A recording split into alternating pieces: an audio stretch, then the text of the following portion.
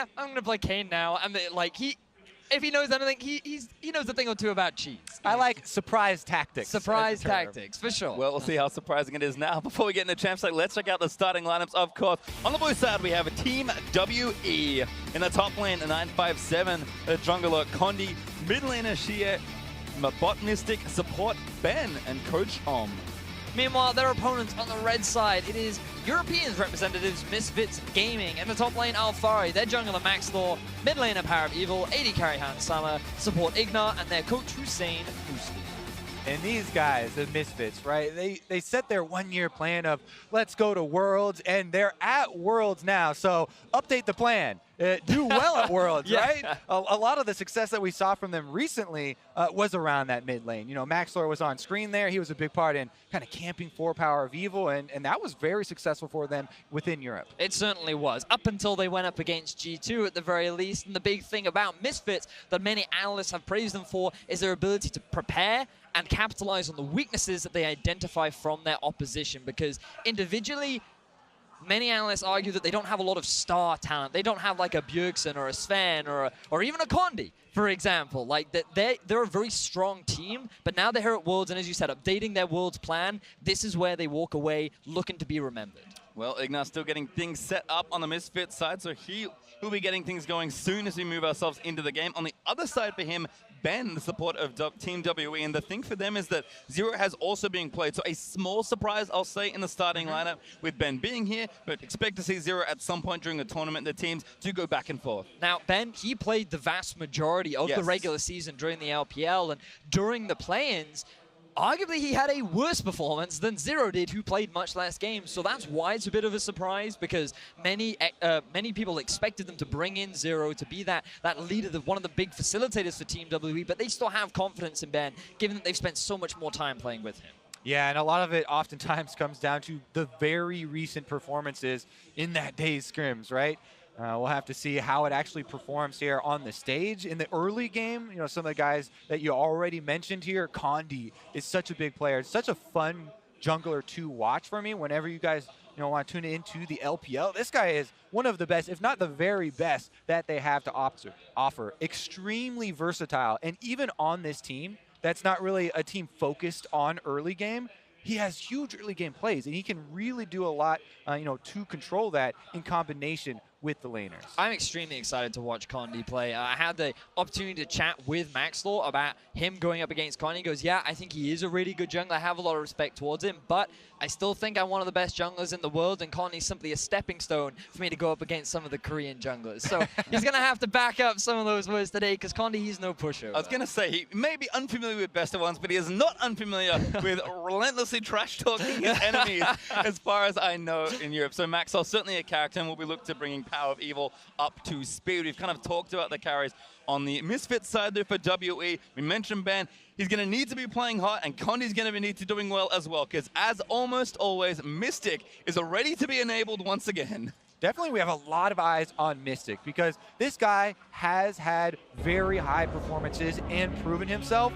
In the play-in stage, though, of Worlds this year, he did have some mistakes. He did stumble a little bit. You know, there were even mechanical mistakes that we're not used to seeing from him, like backwards Xayah ultimates and stuff like that. So definitely going to be a close magnifying glass on him, considering the meta right now and considering his standing. And we talked about Power of Evil being one of the big carries for Misfits. Already Team WE showing their respect towards it. Orianna being banned away, one of his biggest comfort picks, but also a bit of a target ban towards Ignar. He did bring out things like the Blitzcrank, like the Thresh, very well known for him within Europe. I do like that ban away from WE. Have clearly done their homework. Misfits take away Kalista, who continues to stay in her exclusive club of 100% presence. And Rakan actually banned away from Ben. So a couple of supports being targeted here. And Nar will actually be the final ban there for WE. And the most surprising one to me is that Blitzcrank. Because you mentioned, yeah, it's his target ban. Ignar had a lot of success on it. You have to have a lot of respect for that in the current state of the game with Ardent Sensor to ban out of Blitzcrank. And they just want to remove some surprise options. Even if they feel maybe that it's a low percentage chance to turn the game, they're getting that one out of there. But think about what's left available right now. Sejuani, Jarvan, Tristana, Lulu, Janna, so many strong Free for all, everybody grab them. Yeah, that whole 100% pick ban is now very heavily going to be affected when there are so many power picks available, and I'm expecting Misfits to go for the Sejuani Tristana right now. Big comfort picks, especially for Hansama, and I think that is very important for him, especially a rookie on the international stage. And with the Cogmore ban and that Jarvan pick there for WE, I am a little surprised to not see Xayah being pushed up higher, especially for Mystic, but maybe WE think that the preference is on something like the Triss, so we'll see what Misfits lock in here and see what WE get on the back end. There's the Triss, so if WE read it right, they will get Xayah, which has been a big pick for them all tournament long. Yeah, Tristana, as you mentioned, Vedius, we often see it picked into Jarvan. So many options, so many answers for that one, whether it is a top lane or a jungle Jarvan. Regardless, the beautiful pairing here, the double Yordles, everybody's known and come to love them. But also one of the big picks that I'm just remembering now is Galio. Something that Chinese teams absolutely love is Jarvan, Galio, Sejuani, because if you want to dive onto the backline comp, that is exactly perfect for it. You know what we want to see to top it all off? Is the Rumble that they also use when you switch the Jarvan down into the jungle, have the mid lane Galio, and then put a Rumble top lane. That's when we really get the full painting of all these combinations of ultimates, and you get those super heavy theory crafted multiple layers for those giant engagements. Who could forget that massive wombo combo from the play-ins? It was Team WE that obliterated young generations in an instant, and LPL teams definitely know how to play dive comp. Yeah, Xie big on the Galio, again loves to add to that plan of protecting Mystic, who will get the Xayah paired next to the Janna this time, so didn't want to give away kind of the other premier Ardent sensor support, or defensive support I should say, wanting to steal that Janna away before it could be banned. That does leave Galio on the vulnerable list, and Sejuani now to Misfits, so 6 very strong picks in this draft. And the thing here, to me, the differentiation between Lulu and Janna, a big part of it is how easily Janna can apply Ardent Sensor to multiple people. And that actually is becoming a very big thing in the meta right now, especially as, a jungler. I like to play other attack speed oriented champions. It's not just about Ardent Sensor on your AD carry. Jarvan is going to apply some extra attack speed here with the flag. Janna can apply AoE Ardent Sensors. So if you get multiple champions based around attack speed, then you can really synergize even more people. There's one of them though. Sejuani is going to be picked up by Misfits. Maxwell are going to be happy to have that one. Cassio banned as well by Misfits, so a few eyes towards the mid lane there for Xie WE. Very careful consideration, turning away Syndra from Power Weaver, another signature pick for the man. Now we're looking at things like Corki and Lucian really rising in value. I feel like Taliyah, a champion that we've seen a fair amount, especially from the Korean representatives, but in Europe it's not really been a popular pick. Ever since the Mana Nurse to her Q, she kind of fell off, and Corki really become the next big thing. Aurelion Sol for us as well. But against teams like Team WE, already showing that respect. How can you forget the Lucian from Xie versus Faker at MSI? Well, do ban it away, but that leaves kind of those more utility picks for Xie, who does play, as you mentioned, the Galio, but also Taliyah. Again, sticking with the theme, but a Galio ban from WE is actually going to take that option away. I think it makes a lot of sense because you saw the Lucian ban away from Misfits. You think this is one of the best answers to a Galio, so they're afraid of the early lock-in of the Galio for the side of Misfits. What I'm also thinking here is that since Misfits have the very last pick and could counter pick, Kassadin, even though they're hovering Corki right now, they could hold on to the counter pick and maybe bring that one out with Lucian off the table. Not going to be the case here as Corki is eventually locked in, but that is going to give an opening. For Misfits, I think something that Hussein, their coach who has a lot of control during the draft, he's thinking about making sure that Alfari and Hansama get comfort picks. Bear in mind, this is their first time playing on an international stage, and also they're playing at the World Championship against a very strong team in Team WE. So he knows that Power of Evil can just be safe on the Corki and mid. He has that experience, but they do not want to, they want to make sure that Alfari and Hansama are in a comfortable spot. Well, there's a Maokai for 957, going to add some front line to their team. And now we just have to see where Xie wants to go. Does he want to take something like Taliyah? Does he want to take the Kassadin, which is a historical pick for him as well? Again, assuming that mid lane is Corki, which is almost always going to be the case. Xie, does he go defensive? Does he go aggressive? Right now, hovering that LeBlanc, and they're going to lock it in. You can hear the crowd get excited. They're looking forward to seeing Xie step up in front of Wuhan's As audience. soon as I see a champion like this, too, that does bring with it some of the risks of not quite as good in the team fights later in the game, I'm thinking early game and jungle pass. There are a lot of options with LeBlanc for creative junglers. Condi does get the Jarvan, who has huge mobility, and multiple jungle paths. You can even start red, go for level 2s, trying to burn summoners, and gain momentum that way. I would think instantly he would want to play around Xie, around this LeBlanc. Well, last pick is Cho'Gath there for MISFITS, so trading those big 2 tanks back and forth. I think teams will slightly differ on priority. Some like Cho'Gath more than Maokai, some like Maokai, and of course, comps will depend as well. But other than that, very standard stuff here. I think the mid lanes really are only big wildcard, and maybe Condi having a bit more early game pressure on the Jarvan. They did first pick it, so we'll see exactly what kind of influence he can have. And when you look at these comps, they fit very much with the styles of both teams, because the thing about Team WE, as you mentioned, Kobe, Condi has the ability to get early leads, but it's not something that Team WE rely on. It's not something that they play the whole game around. It's just an option that Condi is good at utilizing to set up his laners for success, to better then set them up for team fights, which is the true strength of this team. Whereas MISFITS, they've often been considered kind of like a budget G2. They prefer the slow macro style of play, but I think that's going to be dangerous playing up against a team that is so renowned for their ability to team fight. Well, certainly will be troublesome, as Wuhan has come alive with WE taking to the stage for day 2 here of groups. Certainly a important game here for both. See exactly how it all lines up. I think both teams should be happy with the picks they've got. Lots of comfort. You mentioned it for MISFITS, Vedius, but a lot of expected things here for WE as well.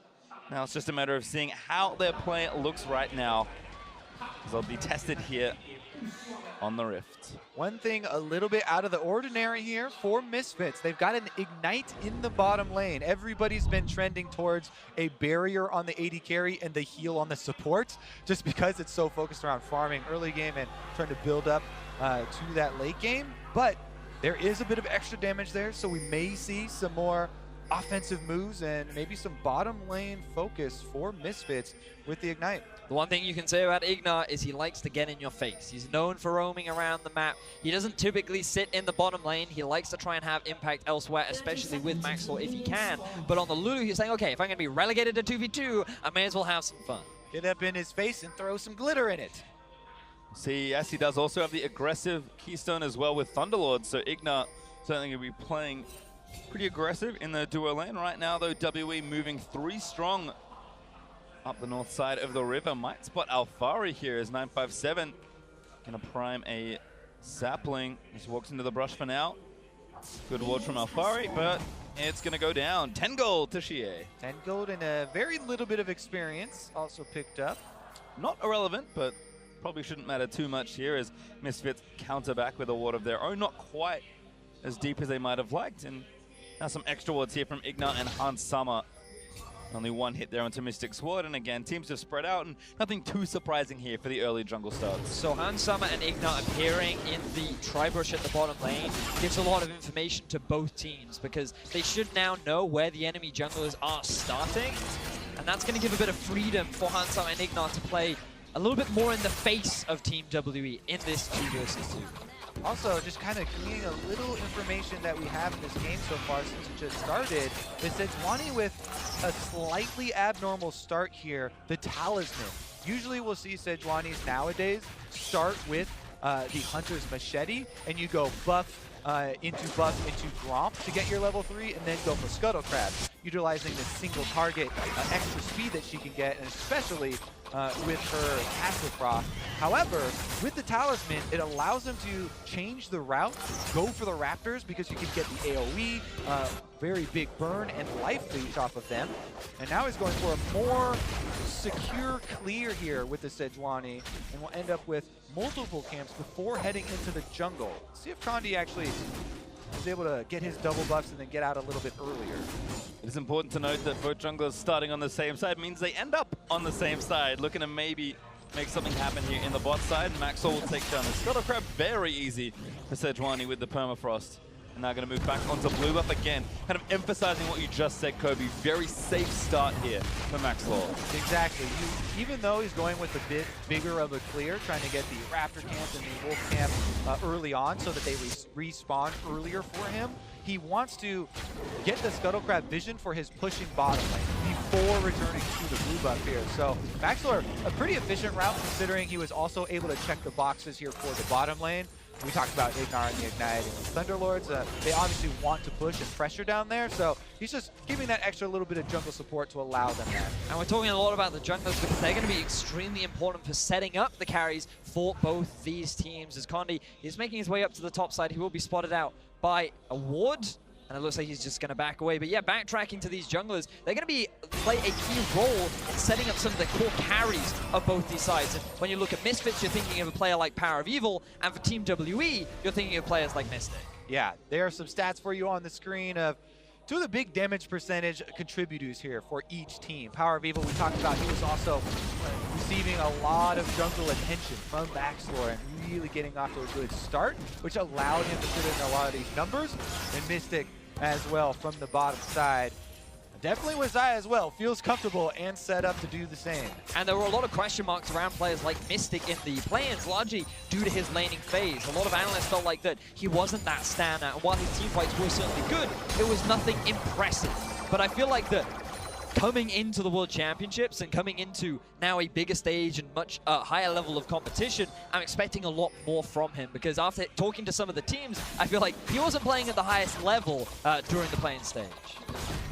Meanwhile, we had a little bit of extra vision left in the jungle there by Team WE when Condi went to steal away those Krugs. Now he's in bottom lane, waiting for Hansama to check. Oh, Slow not going to land. It gets him through the rocket shot, forcing the flash. Very cute play from Condi. Hansama a little bit quick to jump there. Didn't quite time it properly. He didn't get the buffer correct, which means that he still ends up getting knocked up. He's now going to lose both of his summoner spells in the 2 versus 2. And we talked about the impact of these junglers on these carries. Mystic now going to be in a much favorable position. Yeah, can't really get away from Jarvan, and Condi with a very successful gank.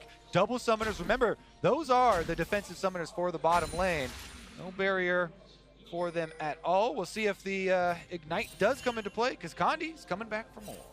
This is something that I've certainly seen before from WE. Condi looking for the revisit here as Mystic and Ben sort of back away. Condi gonna do a bit of jungling while he has some time. No need to really spend too much time here while he can be farming. And Hansama and Ignite, I think, playing with respect now that those have gone down. But you can see Condi's stats just incredible. His plan was very successful despite Worldly maybe not looking as strong as we'd expect. Condi certainly was. And this is what we talked about very much. He is one of those early setup plays. He tries to get his team early leads, but it's not something that the team relies on necessarily. It's not something that they have to have in order for the team to win. And Condi, he's just such a big facilitator, and he's had so much praise that he's already been able to set up his bottom lane for success. Now let's see if he can do it in the mid, because Shea on this LeBlanc. We all talk about LeBlanc being this assassin and how she wants to be roaming around the map, have that sort of early lead, have that early pressure. Right now, Jie is doing well in terms of the laning phase, but now we want to see him make these map movements as he's already doing in the river. Yeah, he's rewarded with some honey fruits. Used the clone there to slightly delay the minion wave from getting there, and looking and scouting for the jungler camps to keep track of Maxlor's clear speed. Nice as well from Alfaria to pay the respect as she went left. No successful run this time around. PoE has also used his teleport already, so he's going to have no more freebies back to lane. Shea going to last hit these, and I think both mid laners will take it back. Certainly Power of Evil will with the Hex Drinker done, and Shea maybe going roaming instead. Like the respect being shown from Power of Evil. It will delay his Shrinking Force spike a little bit, but it makes the laning phase so much easier for the Corki. And I also want to highlight some of the vision being set up from both parties. A lot of it invested, around the bottom side of the map. Already double control ward from both sides, and their priority is making sure that neither of the 2 versus 2s get snowballed upon by either jungler. Sunny skies down there. Everybody just farming up those Bitcoins. Well, Mystic returns to the lane. Shield on the turret there for Ben just to prevent a little bit of damage. And a BF sub for Mystic versus the same for Hansama. Again, slightly different starts there as far as itemization goes. And getting in a brush here for Ignar. WE, they're just going to play it safe. And again, Misfits playing very safe here, very respectful, and a ton of controllers. There were 3 down the line, but Hans Summer just placed his. 2 though for both Maxwell and PoE, mean that Misfits again just want to play safe. This is a team that does not want to fall behind, but happy to play even. Yeah, now that we do have the BF swords, a little bit of extra damage coming through, and the ultimate's available, maybe Condi is going to be able to revisit and create something. You know, he's walking away from those wards, comes through the lane, doesn't want to walk anywhere near Tribush, himself level 6 with red buff. This would be kind of the perfect storm if they could actually nail someone down. But again, Tristana hard to force on, especially with a Lulu at her back. Defensive control was cleared out by Mystic and Ben. That does give Condi leverage to sneak into both brushes if he wants, but again, just going to farm the Krugs, not waste too much time. As Alfari does take the speed trying to the right, getting that Scuttle Crab, and going to hit a sapling on the way back to the lane, but not a huge deal here for these top laners who are nice and even in CS. Seeing a lot of this, gentlemen, a lot of slow early games, it's a progressive farming, all about the item spikes. And the one thing you can say about LPL teams for certain is they love to utilize those item spikes. So you really need to keep your eyes on players like Jie and Mystic, because once they hit those first items, that's where they're going to look to be as proactive as possible. And that's really where they turn on. And we're going to see how Misfits handle that, because as a team, they often struggle when they fall into early deficits. Throughout the regular season and throughout playoffs, they had a 3-11 win to loss record whenever they were at any kind of deficit at 20 minutes. So the fact that they're off to a bit of a lead right now, certainly favorable if you're a European fan. That 300 gold though, oh, 200. 10 minutes to go though, don't forget. That's still a lot of time. Certainly the slow early game going to help with staying even keel. Where are the Gigabyte Marines when you need them? Coming up in 2 games time, Kobe. Oh, baby. Well, for the time being, a little bit more vision being invested from Misfits towards the top side of the map. Rift Herald will be spawning, and Maxlaw, he's taking a bit of a creative route, but will be spotted out. Nice bit of vision there from WE. Sweeper does not find it either. Not sure where that came from. Could have been some fruit, or could have just been my eyes deceiving me. Maxwell, though, is going to slap down the Scryers. Boom, cleared that out of the way from WE's side of the map. And the holding pattern will continue as Maxwell gets good vision here on the left side. Deep vision is definitely the first step. Remember, we do have 4 teleports available in this game, all of them off cooldown right now. So as much as we're talking about these wards kind of casually, they're just a setup, and any of those could explode into multiple people joining these fights. Down bottom side again, bottom lane for WE is pushing in. Condi heads down to the bottom side. You know, he's pinging already for some deep vision of his own. They might even be able to set up for some extra control here. Scuttle Crab into a pretty seamless dragon take if they want it. You can see the pings coming out from Misfits. They're very aware of Condi being in the bottom half of the map, but also for the bottom lane of Misfits. This is a big concern because they went for the Lulu. They even have the Thunderlords. Note the fervor for battle on Hans Sama as well. Bit of a risky keystone to take, simply because during the laning phase, it really isn't that valuable. It makes the slate so much harder, but look at mid. Great chunk by PoE. Oh, I think that climb blocked a missile. Shie lives to tell the tale this time. To block out some of that damage. Here comes Condi. He looked like he wanted to get some of those minions, but Power of Evil chases him off as well. Staking claim here to the mid lane.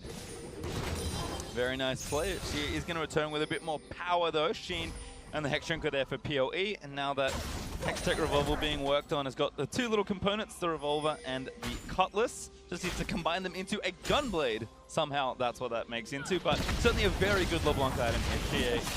Should have that one in short order. You just put the Hex Strength on top of the sword. Bit of tape, all good to go. But again, we're always looking at this vision. We're always looking at the potential for possible TV flanks, and you're also looking at some of the objectives that are on the board. Unfortunately, it is another Cloud Drake, not the highest of priority for either side.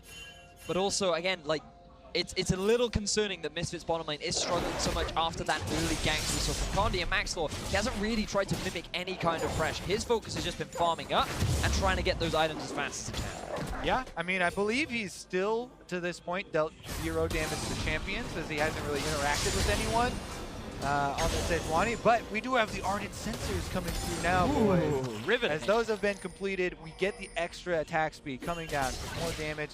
So there's possibilities here of actually pressuring turrets, and that might be where it does explode. Alfari again pushes up his lane, looks for the Scuttle Crab, and then he's going to be able to grab this one too.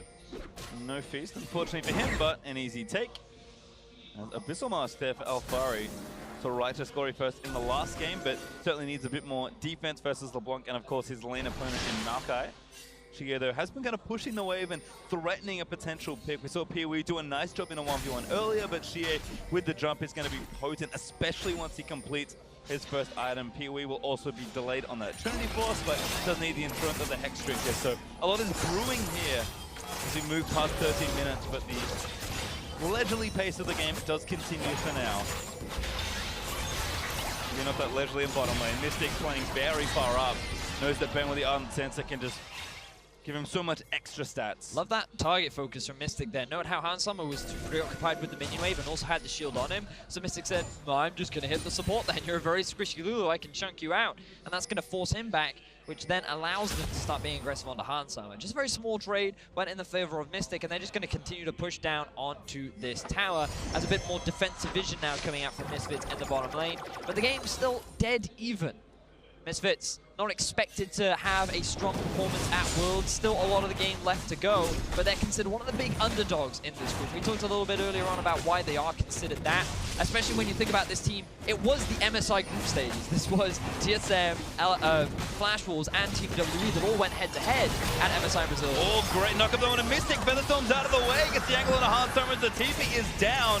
Handsummer's going to be forced out. More TPs in the bot side as Misfits burn and cancel too. So there also were both TPs from WEUs. They were just on top of each other. So now we have removed all of the extra players from this bottom lane game. Condi wants to turn the tides here as, again, Jarvan's going to sneak in.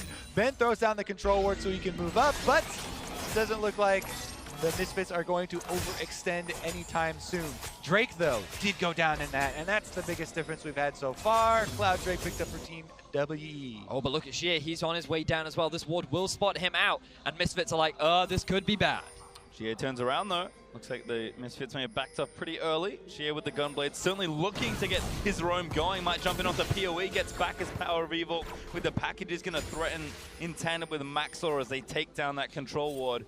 And he can, again, start to see, despite the very deliberate pace in these first 50 minutes, teams are starting to get a bit antsy as Condi wants it, dunks Ignar, gets the ulti down, going to keep slapping him away. Ignar already burnt the flash at the Monty from Beth, going to keep it going on Mystic. He's the one to grab first, but Maxor misses the ulti just barely.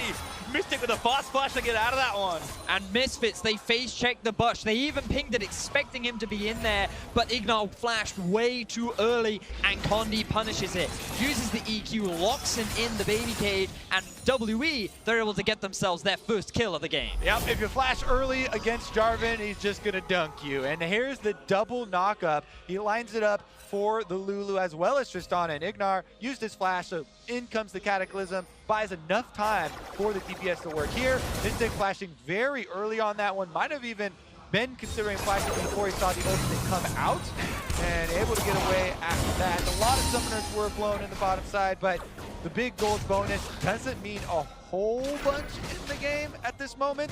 Meanwhile, Condi, though, the objective focus has really been a big difference here. Gets the Drake as well as being able to walk right up to the Rift Herald, and seems to be able to take that one uncontested. And one of the big carries for Team WE now has a kill under his belt. Essence Reaver completed too. Mystic, one of the big players that we were going to be watching to see how he progresses throughout the game, is now set up for success. His counterpart in this game, Power of Evil, also just finished his Trinity Force with Condi able to grab the Rift Herald for his squad, and IE is also completed for Handsummer's Tristana. So again, a lot of this kind of slower paced game, all that farming early on. Despite the first blood for WE, the gold stays dead even, and the items are starting to creep up on these carries. And again, WE, if they can convert the objectives that they are starting to get into more, we'll see just where Condi can use this Rift Herald, because that's kind of been the sacrifice in some ways. The only advantage WE have really gotten is not reflected in the gold, it is in these objectives that they're taking. I think it's for Misfits. I felt like that they had an opportunity early on to get ahead in this game. If they had simply just swapped from bot up to the top lane, because we see that Alfari has been consistently pushing 957 underneath his turret. That tower is already at about 50% HP, and they could have just avoided the potential dive and gotten themselves a very early objective. Instead, they chose to stay in the 2 versus 2. They allowed Team WE to punish on the overextension of Ignar, and they're the ones that now have the Rift Herald. They're the ones that are setting up to get themselves the first tower of the game. Setting up for this blue buff as well. as one to get stolen away by Misfits. Not up right now. In fact, Shie is lining up a dive instead. Is spotted on a ward, and Power of Evil is hot on his heels, but Shie dives in, gets Igno with the chain, and that's going to be a kill. Great focus on the summonerless Lulu right there. And that's going to be the first turret as well without the Rift Arrow being expended. So WE can keep that one in their pockets and try to chain this momentum. So often in this meta right now, when Ardent Sensors are completed, as soon as one turret falls, they can then swap the AD carry and support to another lane and chain outer turret takes. But WE don't even have to do that. They're still pushing in the same lane. And you can see with that extra attack speed, Xayah having her own buff as well, they almost instantly melted. Who needs the other lanes, Kobe? Just going to take the tier 2. The Rift Arrow hanging out. Oh no, Shelly. With Rift Arrow down, they might even go for an inhibitor. They're going for it. Condi going to threaten again. Has the ultimate ready. Maxwell also rank 2 ultimate for himself. Rift Arrow charging in. A bit of chunk damage there to the turret. But not going to be enough. The bottom lane of Misfits is struggling. They chose not to swap. They chose not to try and equalize the turrets. And instead, they stick around, and a great roam from GA extends the lead once again. Now, 2 of the big carries for Team WE are sitting on gold. They are really far ahead. And they're the ones that are extending this goal lead to 2K in favor of Team WE. And now, as we said, they can rotate their support and AD carry to try and keep up that pressure. Look how close it was, too. The breaking point for the top and mid turret here for Team WE, both of them are extremely low. Misfits would like to collect some of that gold, but GA... He's got the flash, but he doesn't need it just yet. The damage is almost there, but Igno with the ultimate keeps himself alive. That was very close. So close. You can see him single on digits there before the regen came in. That was close. Big play from Shie. Almost resulted in another kill. That would have slowed down Misfits significantly. And it still may well do, because Hansam, he doesn't feel confident enough to push by himself anymore. He has a charge of corrupting potion too. I didn't see if he used it, but I wonder if that was the difference maker. That's how close that was. And you can see Misfits with a deficit. Vedius, you mentioned this before, but when they are behind, it is not pretty. No, they really struggle to know what to do when they're in a deficit, largely because this is a team that's very controlled. They like to play the calm, calculated game, and when they have the lead, they know exactly what to do. But when the tempo isn't in their favor, it ends up in disaster, and they don't know how to react to the pressure. Nope, currently they're up on the top side of the map, looking to knock over that top turret. It looks like they will be able to get it, and at least get some of this global gold for themselves. So not too far behind, but WE right down mid lane. Yep, gonna try and take down yet another turret. Condi and Maxor having a battle. Condi not gonna get stunned just yet, gonna rejoin his team as Alvaro's been stunned up. Rudo on the arcade, knockback for the arcade smash, and chains on chains on chains. GA takes him down, Featherstorm. He's gonna force Maxor to flash out of the way. With the front line here chunked out and taken down, Team WE might be able to really open up this map. One more minion wave annihilated here.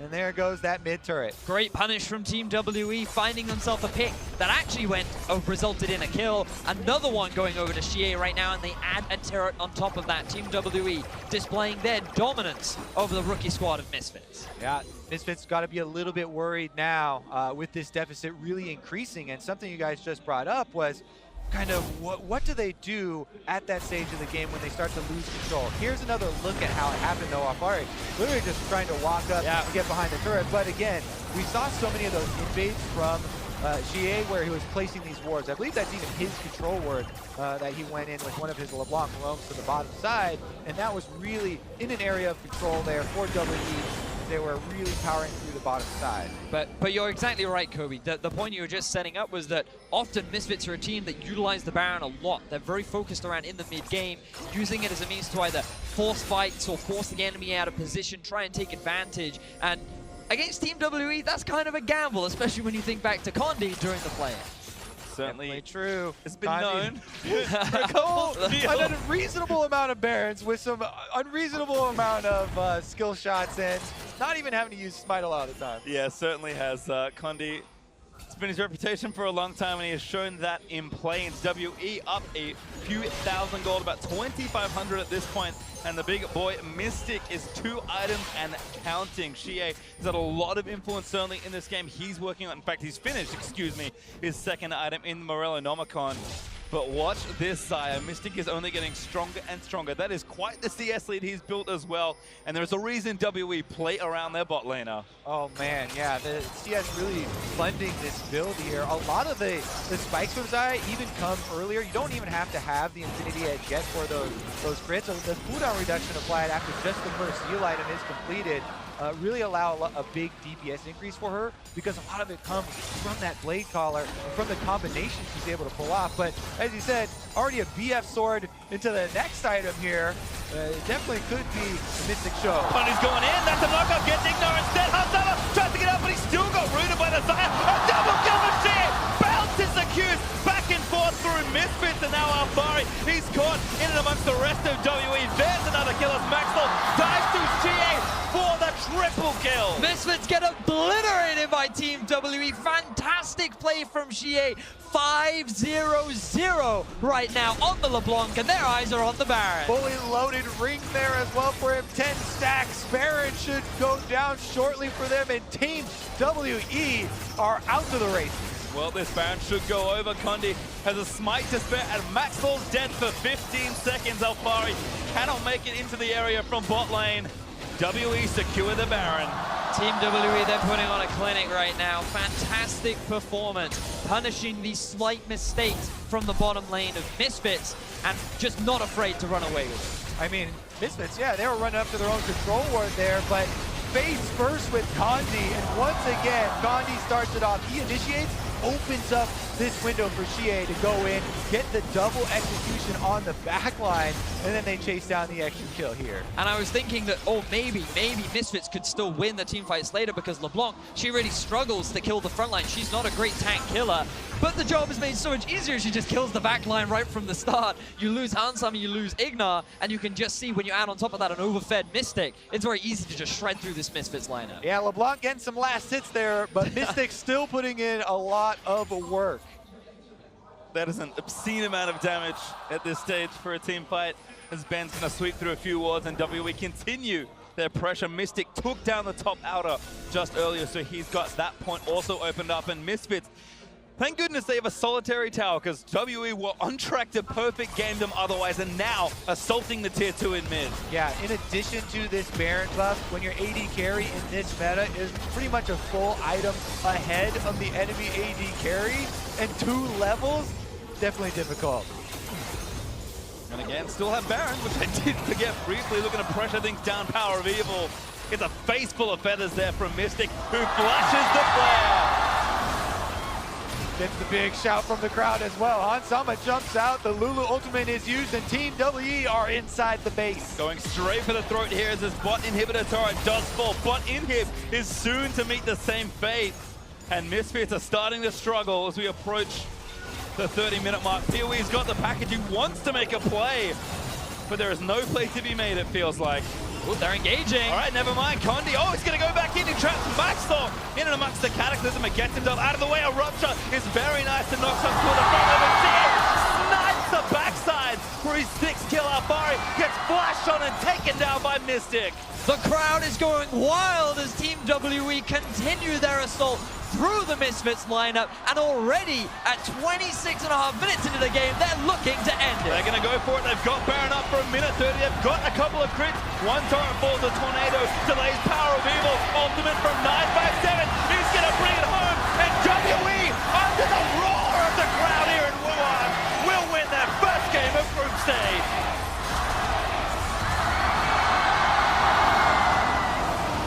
Just listen to that crowd. Team WE absolutely shred Misfits there.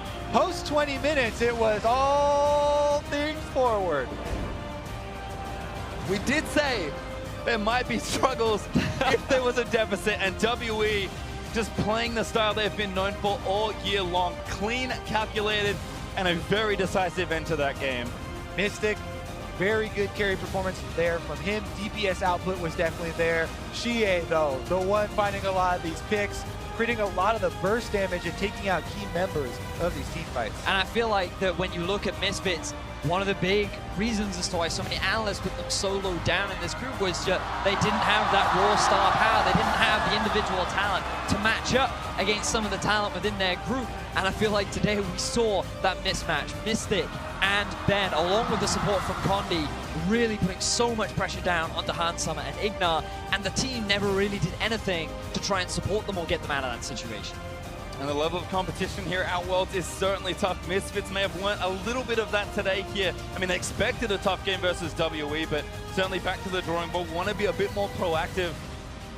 A strong showing in the early game, but it just felt like they were kind of waiting and hoping WE made a mistake. And this is not a team that makes very many. That's the thing with this meta. You don't really get to see the big differences in the team in the early game. Exactly. So many teams are just content to farm it out, try and build up through the early game there. And then as soon as we hit 20 minutes, that's when we start to see the meaningful moves come through. And you can just see Team WE. They have so much experience as a team. They know exactly how to play together. And that was a fantastic way to start off their group stages. Certainly was. And with that, Team WE off to a good start in the group stage. So let's leave it to the analyst desk to break down that game. Thank you very much, Pastry Time. We have a stadium full of ecstatic fans here as W completes a near-perfect game, only dropping a single turret throughout the duration of that game and taking down Misfits. Yeah, let's be clear, they just smacked Misfits around. It took 15 minutes of slow League of Legends where the junglers were not really being interactive. I feel like Maxwell continued to be non-interactive as Condi started to step up, and he found those opportunities to get in there. Yeah, and this is the type of performance that the fans wanted to see yesterday from EDG against AHQ when they're favored in that group. And this is also what people were hoping W would do to the play-in regions in that tournament right there, because they had to go through that, and a lot of people were saying how underwhelming they looked. This was probably their best game so far at Worlds, including play-ins. But it's also a kind of performance that Flash Wolves and TSM do not want to see, because the teams that struggle to close out a game back and forth into that late game are now looking at WE as a team that was snowballing very effectively. And part of that snowball is Xie on the LeBlanc, right? Looking at that Champion Select graphic there, takes it as the final pick for them in that rotation, and he performs. Yeah, definitely some interesting things about the draft there. When we're thinking about picking a Janna in particular, we're saying that's going to go late game, but then they have LeBlanc, which means they have to win early, and they did in large part because Xie was making so many accurate skill shots around the map aside from that one to get a bunch of kills. And Xie and LeBlanc are almost two words that are synonymous to one another. He had a pretty rough middle of the split. Xie came back around week 8 or 9 and picked LeBlanc and suddenly looked like a star once again, comes back into the team, and he puts in so much work for Team WE, and a big part of why they looked so clean and so good in this game. The composition just revolved around enabling him. The Janna typically is coupled with more control. Cassiopeia, the Syndras, the Orianas, but seeing the LeBlanc, we're wondering what's going to happen around the map. How is he going to pair with Jarvan? Jarvan just relegated to looking for Cloud Dragons and Heralds, but leaving LeBlanc to do everything that she wanted. Looks at a gold graph that out of nowhere ends the game. Terrifying gold graph to see it spike like that around that 25-minute mark. But I want to return now to the conversation around the roster set up here by Team WE, right? We had Ben. We didn't really have an opportunity to talk about this leading into the match, but choosing to play Ben here in that support position. Talk to me, Rusty. What's going on with this substitution? So Ben has been the starting support for most of the split. The only time we've seen Zero is at MSI, at Rift Rivals, and now at Worlds during the play-in stage. And for me, it's all speculation. We don't know exactly why. All we know from Team WE is that they like both of them, and it's an active sub decision. Ben's a fantastic player, and it feels like nerves might get to him when Zero comes in. And I like that they started Ben here to test the waters in group stage and say maybe there are nerves. Let's find out. I guess arguably the weakest team in the group as well, so you can get past with a potential weaker player, get the nerves out of the way, have him get some more confidence when you're up against Flash Wolves and TSM. And I thought they played well in that laning phase. I do have to criticize the Misfits laning phase a little bit for going with an Ignite Thunderlords Lulu and then not actually pressuring the lane pretty much whatsoever. They had that one total whiff of a gank from Maxlor when he threw all of his spells in a straight line to hit nothing. Right. And then beyond that, he was just farming camps. So they never played around that bot lane, which you'd think they would want to play around based on the summoner and mastery choices. Yeah, which is a very curious decision. We saw a lot of good vision control from the Misfits early. They should have known everywhere that Team WE were. And then that one lapse in judgment, that one good move by Condi, and things start to get upset. And it felt like Misfits, when they were just a little bit upset, lost all control and just went into turtle shell. Well, and again, you know, you've got to wonder how much of that can be attributed to the fact that this is a very new organization to the international stage, right? And there might be a little bit of hesitation around going, you know, all out and throwing the game, you know, playing not to lose as opposed to playing to win. It's not just an organization, though. They're going with a completely new style. They went with all about scaling. You've got Corki, Tristana. Where's the early game Misfits that we wanted to see? That didn't show up here. They were going with, how about we just wait for Corki and Tristana to have ardent sensors and win a team fight? Nothing else was being very proactive for them. Right, something to be said. A lot of the EU casters, when they were talking about it, were saying that Misfits, this is the team that was constantly underestimated in the EU LCS, and that might be how they take games off the people here. Well, hey, if you're just going to sit back and farm and let the other team dictate Games the like game, that is why you are underestimated sometimes. All right, well, there you have it. For more on Team WE's win, let's go ahead and hand it over to Shox for a word with their jungler. All right, thank you very much. I'm here with Condi after that first crushing victory from Team WE after also running through the play-ins. Now, it seemed like Misfits were quite a comfortable opponent for you guys. What do you think of the other two teams in your group that you're going to face, Flash Wolves and TSM? 所以首先恭喜你们获得了胜利。然后呢，想问一下，你们刚刚跟 MISFITS 打的话呢，打的还是蛮轻松的。那你觉得接下来里边小组里面 TSM 跟闪电狼的话，你怎么评价这两支队伍呢？ 我觉得接下来闪电狼跟 TSM 这两支战队的压力会给我们非常大吧。今天看他们的比赛都打得非常的棒，就比赛也打了那么久，双方确实打得非常不错。 So the upcoming games with TSM and against Flash Rolls is going to bring us a lot of pressure. Because I was watching their games just now, and it was amazing games from very good teams, and they were playing for a very long time too. So yeah, it's going to be a hard game. It was an intense matchup indeed. You guys being here at Worlds for Team WE is the first time in 5 years attending the World Championship, and on top of that, you guys are playing in front of your home crowd in China. Can you walk me through the fan support as well as the pressure and the motivation that comes with that? 所以距离上一次 WE 打到世界赛的话呢是5年前了。然后呢，今年你们来到了全球总决赛，然后同时呢又是在我们的今年是我们的主场，然后有后面很多粉丝的支持。那你觉得就是能不能带我们就是大概过一下，说你现在心里的感觉呢？这么久以来经历了很多吧，也成长了很多，也有时候就会有那种失落，但最终还是挺过来了。 这也非常感谢一直以来陪伴着我们的粉丝吧。So throughout this whole journey, we have really grown a lot. We have learned a lot, and there have been a lot of disappointments on the road. But finally, we're here now, and I think this is all thanks to all the fans that has been supporting us all this time. Fantastic. Well, thank you very much, Condi, and we'll be looking forward to the next matches of Team WE. But right now, we're going to a break, and we'll be right back with FNATIC versus Immortals. Which one is better? This one is better? We couldn't. Okay. Gonna keep slapping him away. Igno already got the flash as a monster from Bed's gonna keep it going. And Mystic, he's the one who grabbed first blood, but Maxwell misses the ulti just barely.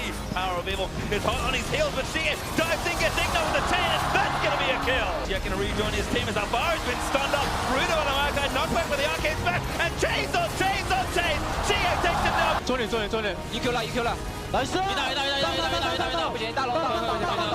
Power of Evil, ultimate from 957. He's gonna bring it home, and WE, under the roar of the crowd here in Wuhan, will win their first game of Group Stage.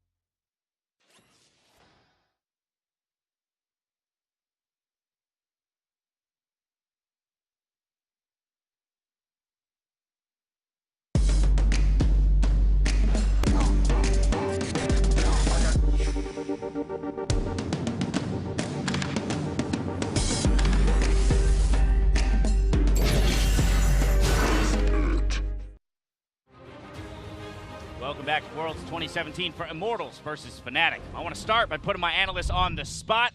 Who's going to take this game and why? Down the line, Rusty, starting with you. So I committed to my pick'ems being FNATIC, and I feel like I can't really go away from that. I can't stray from my pick'ems, so I'm going to commit. I'm going to stick to FNATIC, and the reason that I will go for them, I obviously have to give them something here, is I think that the 2v2 will be able to outshine their opponents in Immortals here. I don't think Cody's Sun on the big stages kept up to the things that Reckless will be able to do. The rest of the map, a big question mark, but I'm putting all of my faith down in the 2v2. As much as I respect your commitment to FNATIC for winning this one, if I agreed with you, I think we'd both be wrong. I'm going with Immortals for this one because I liked most of what they did yesterday against Longzhu. They were sound in their fundamentals. They played together as a group, and they punished an area that Longzhu had never really been punished before. Except the losing part, right? Yeah. I mean, well, if we talk sure, about they the lost. games they played yesterday, right? We're saying that Prey and Gorilla, who did not beat the Immortals bottom lane, are going to be outdone by Reckless and Jezus. I'm not willing to make that bet. So I have to go with Immortals in that case because I see them winning bottom lane because they play around it so well, not necessarily because Cody Sun and Olay are going to outdo them. And then I don't think that FNATIC is going to punish the missteps by Immortals that they're probably going to make with small mispositionings as well as Longzhu did. So I think Immortals will win this one. Either way, Jack, earlier you talked about, hey, it's okay if you drop the first game in group stages because theoretically if you win out 5-1, it'll place you first in the group. But both of these teams starting their week off with a loss makes this matchup all that much more important. Well, I actually think looking at FNATIC from Immortals' perspective, they don't have a lot to take away from them because you can just assume FNATIC is going to discard everything they did against Gigabyte Marines and just start fresh. All right, well, as we kick it over to the caster desk, Olay gives us his thoughts on playing in a group with some familiar faces. I feel like why I have to play against like Gorilla and JJ's. It's not why, but it's like Gorilla was with our coach Song, and then JJ's was with last year Immortals. So like I'm kind of fighting against some ex-girlfriend stuff. I don't know, but just, I feel honored to be here. Gotta love Olay, my goodness. That's dangerous. Careful of fighting with ex-girlfriends. Well, we're about to get ready. We're about ready to get in the game, but first, here are the players hitting their full start with Immortals on the blue side in their very shiny new golden jerseys. In the top lane of Flame, the jungler Xmithy, mid lane Pobelta, AD carry Cody Sun, support Olay, and their coach Song. And their opponents, FNATIC, will be on the red side. In the top lane, it's Soaz. Jungle, Broxa. Mid, Caps. Maybe he will be mid. AD carry, Reckless, support Jezus, and coach Dylan Falco, formerly of Immortals. So you're saying that's what's going to give him the edge, Kobe? I was he has giving the him inside strats. Adding some subliminal. I mean, after what they experienced yesterday, maybe FNATIC do have to go back and They're like, really rethink their strategy. Please play meta. That's what FNATIC are asking for right now. I do like that you also brought up the gold jerseys of Immortals, though, Patient, because that's really celebrating for this organization, how big of a feat it is for one of the new organizations to actually have success in North America. It's pretty much always been the classic, TSM, Cloud9, and CLG, but Immortals is one of the very few of the new ones to actually have that success, and they're happy to be against, FNATIC, coming from Europe, actually now the longest standing organization in the European LCS, and they're kind of used to being at Worlds, so a little bit of a different stage there. And one of the big players that I feel helped Immortals get to where they are is Xmithy in the jungle. He was talked about a lot yesterday, and I think he's going to be very pivotal in today's matchup as he goes up against a very young rookie in the form of Broxton. That's funny that you say that because I saw your little tweet there. A bit of a bold prediction. Definitely think Xmithy is the favorite, but it's all going to depend on the matchup and how things play out as we jump into champs. Well, the draft will tell us a lot. As always, Galio Tristana banned by Immortals FNATIC. It's the Red Side Classic now at this point. Kalista once again taken away, and Jarvan, I love this change from FNATIC. Again, targeting Xmithy in Champ Select. Right, now we're looking at Rakan, as well as the Gragas still available, and Sejuani that you mentioned. So one of these is going to be traded over. We'll see which one Immortals value most. Yesterday, I mean, they just first picked the Ezreal straight out of the gate, and they were not shy about using that one. They talked about wanting to clean it up, though, and we'll see what they decide to switch gears. Right now, just kind of chilling out.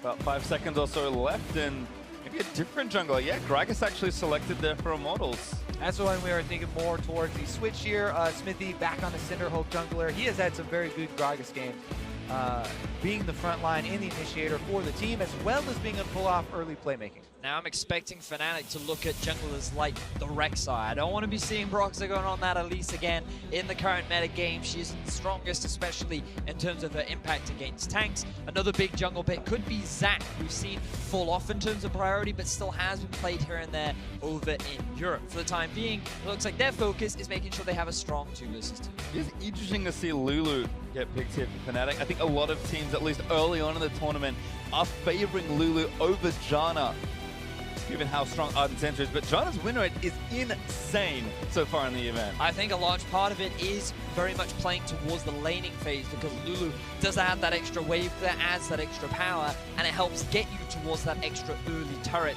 and just allows you to make a few more plays down towards the bottom side of the map. But as Rayleigh said, when it comes to team fights, when it comes to things like resetting the game, Janna certainly has a lot of value.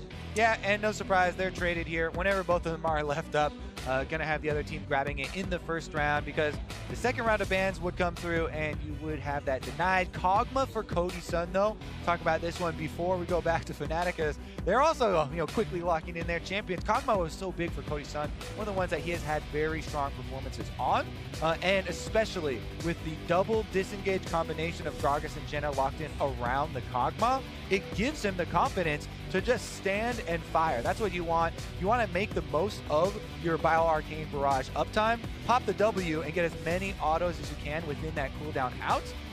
Having people really supporting around you to make that happen helps so much. And while Cody Sun may not have had the strongest of performances yesterday against Longju, watching him play this champion during the regular season, he was impressive to me. It makes it so much easier when you literally just stand there and do the pew pew pew, because he just is a constant reliable damage output, especially when you have such a fantastic support in the form of a later back.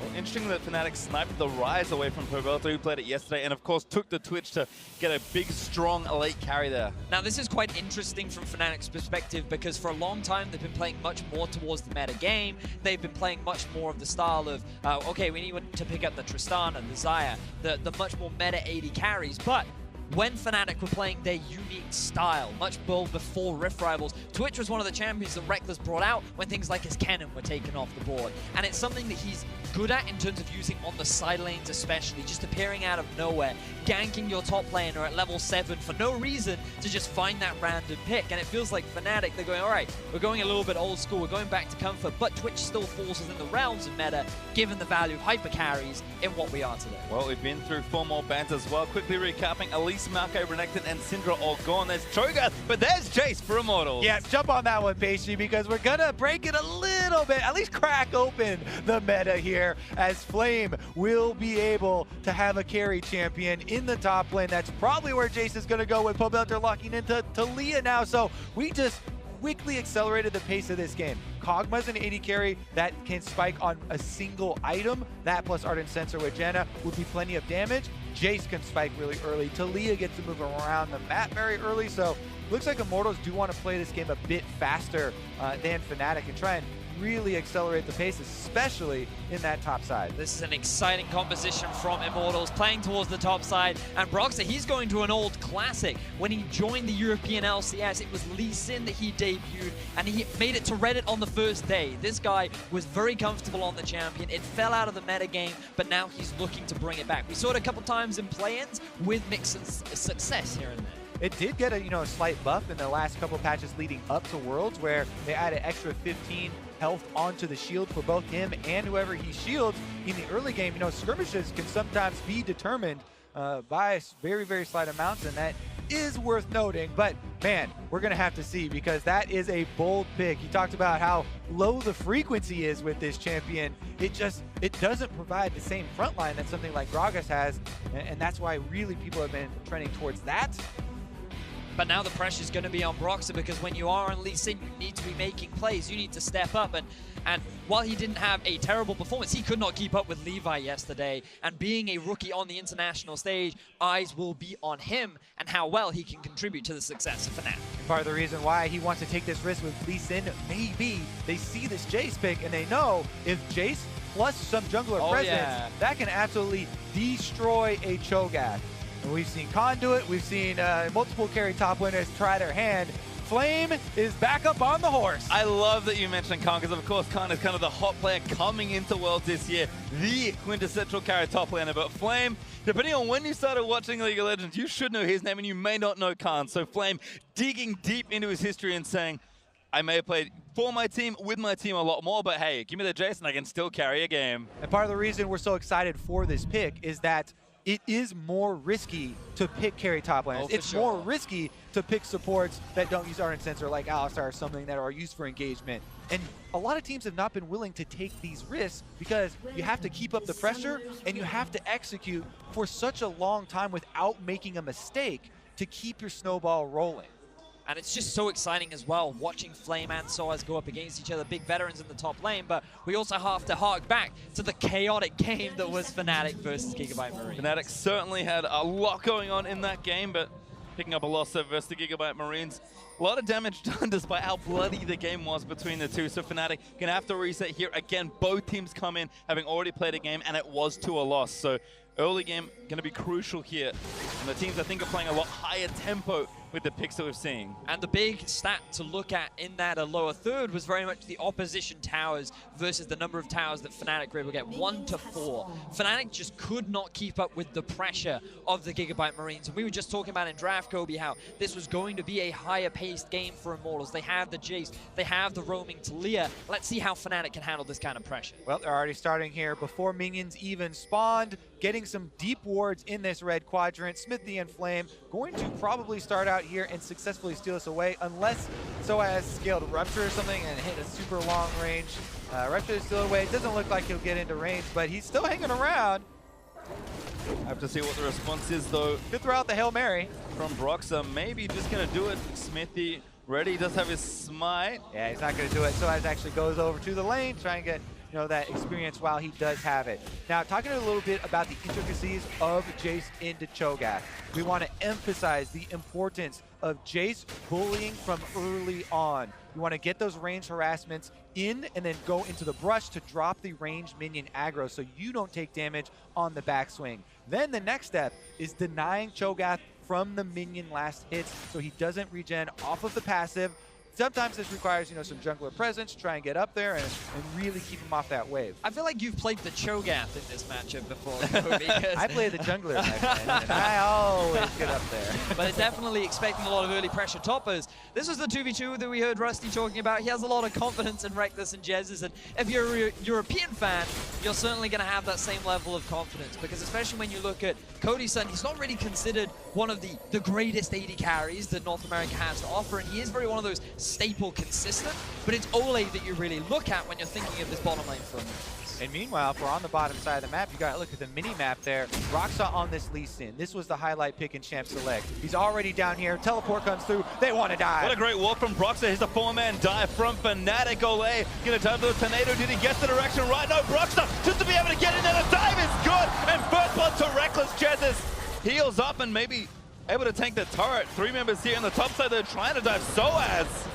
Silence goes out. Smithy going to start it up now. He's tanking for the knockup. It's amazing from Soaz. He's still going to die. Pobelta gets the kill, but Flame is forced to flash. So an even trade either side. FNATIC were first on the play, and Broxa comes up huge. But Immortals, they're smart, they react quickly, and they're able to trade it on either side. So Flame is able to get a lot of early pressure down and do exactly what he needs to in this very pivotal matchup. Gotta commend FNATIC there for beating them to the punch, though. They go with the Lee Sin pick there. They're not surprised by top lane focus with Jace at all. They say, okay, we're just gonna focus bottom lane, and we're gonna get there first. Now they could continue on that. Reckless actually, again, ambush just is flashed in for that one. Tornado might be enough. Broxa back in. Reckless gets kill number 2. FNATIC so ready for this. They're able to capitalize once again. Even though Cody's son still had flash, they find the second kill. And guess what? This is bottom lane meta. They're going to get that Twitch ahead. And Broxa coming up huge. Eyes were on Broxa. Eyes were on this Lee Sin about how well he could perform.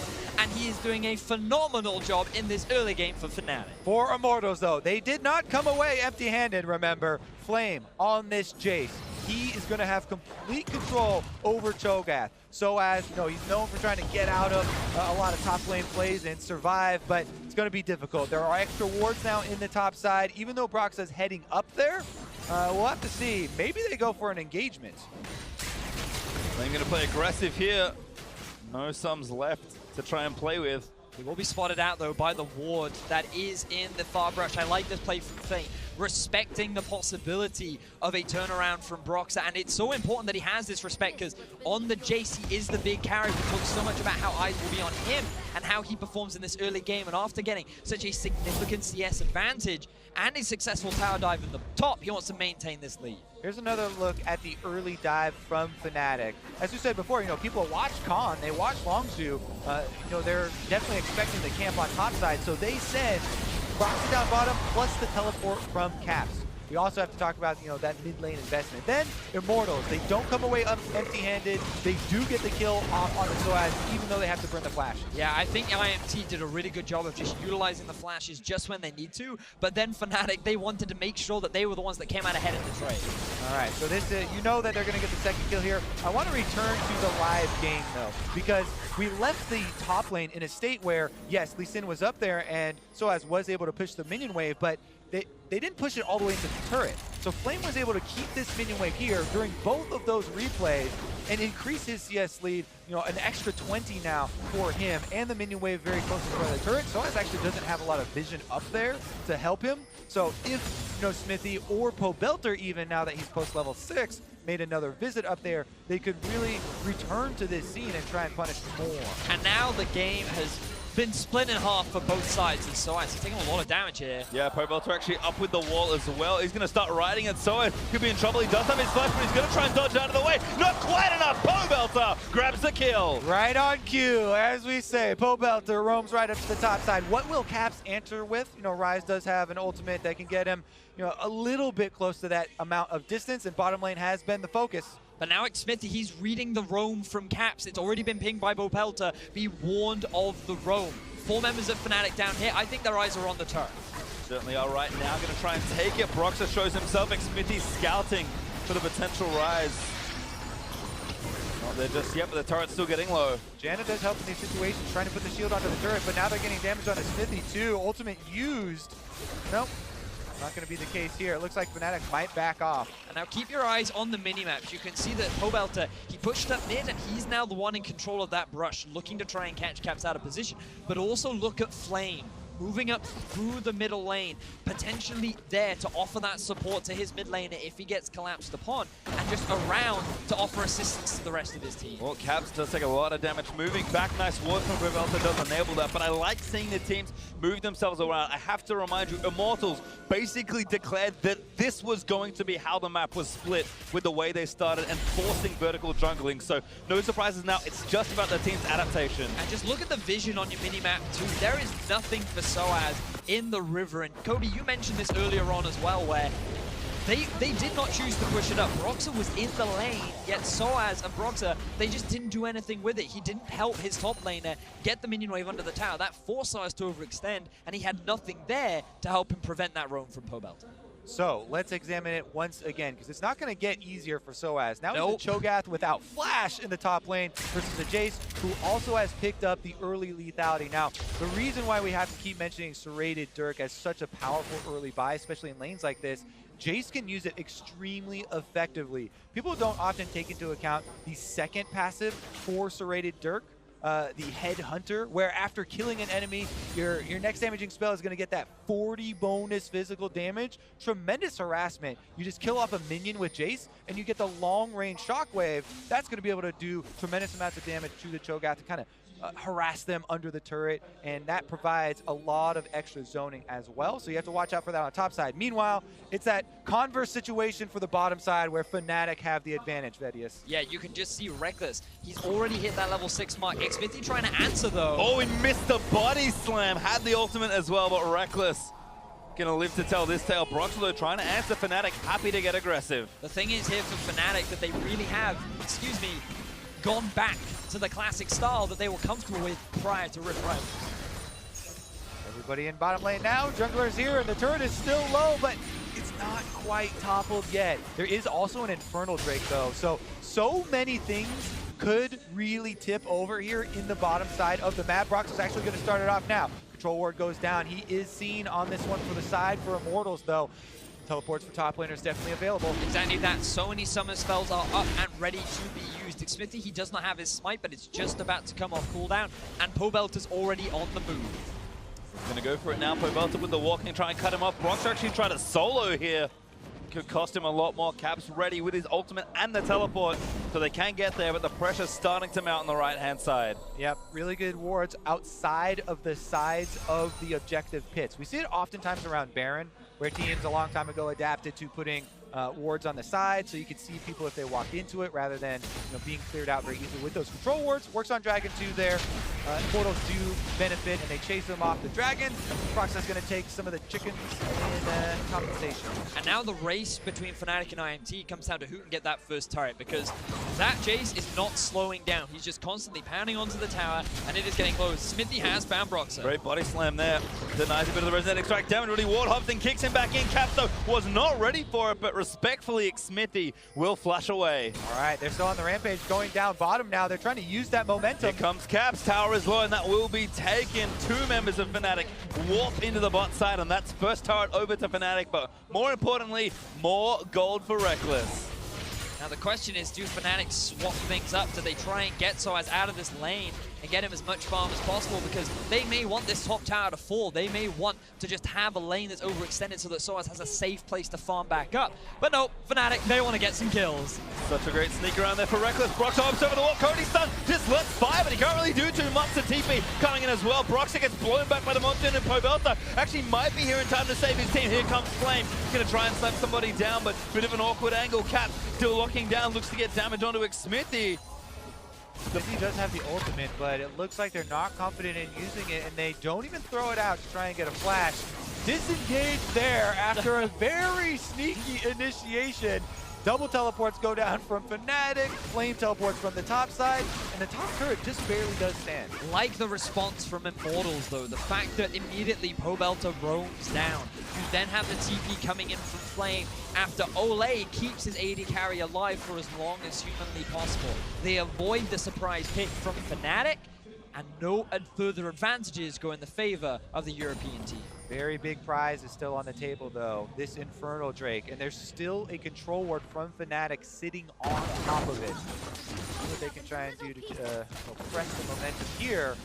A lot of vision has been spent on that bot side. Well, as we can see, FNATIC up about 1,000 gold thanks to that turret. And seek to remind everyone that Flame has now finished his Ghostblade, and he's creeping up 50 CS ahead of Soaz. And if you've ever heard the phrase Flame Horizon, it is eponymous to that man in the top lane for Immortals. He is the 100 CS lead king. We'll see if he can get there today, but so far so good in that top lane. And it's so interesting to talk about these two top lanes as well, because they are veterans of the League of Legends scene. Soaz, he's been playing since 2010, and Flame, he's been playing since 2012. These guys have been League of Legends professionals for such a long time, and they're here once again at the World Championship, representing their regions at the highest level. Speaking of Soaz, he gets vision of Smithy stealing away this red, so that might be enough for FNATIC to take the Infernal Drake, because their bottom lane pushed up.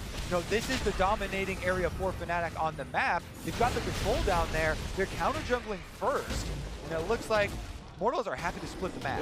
Brox is in the right spot for it as well. Stole away the red buff, and even Pobelta is roaming. He can again see just how split these teams are forcing the map to be.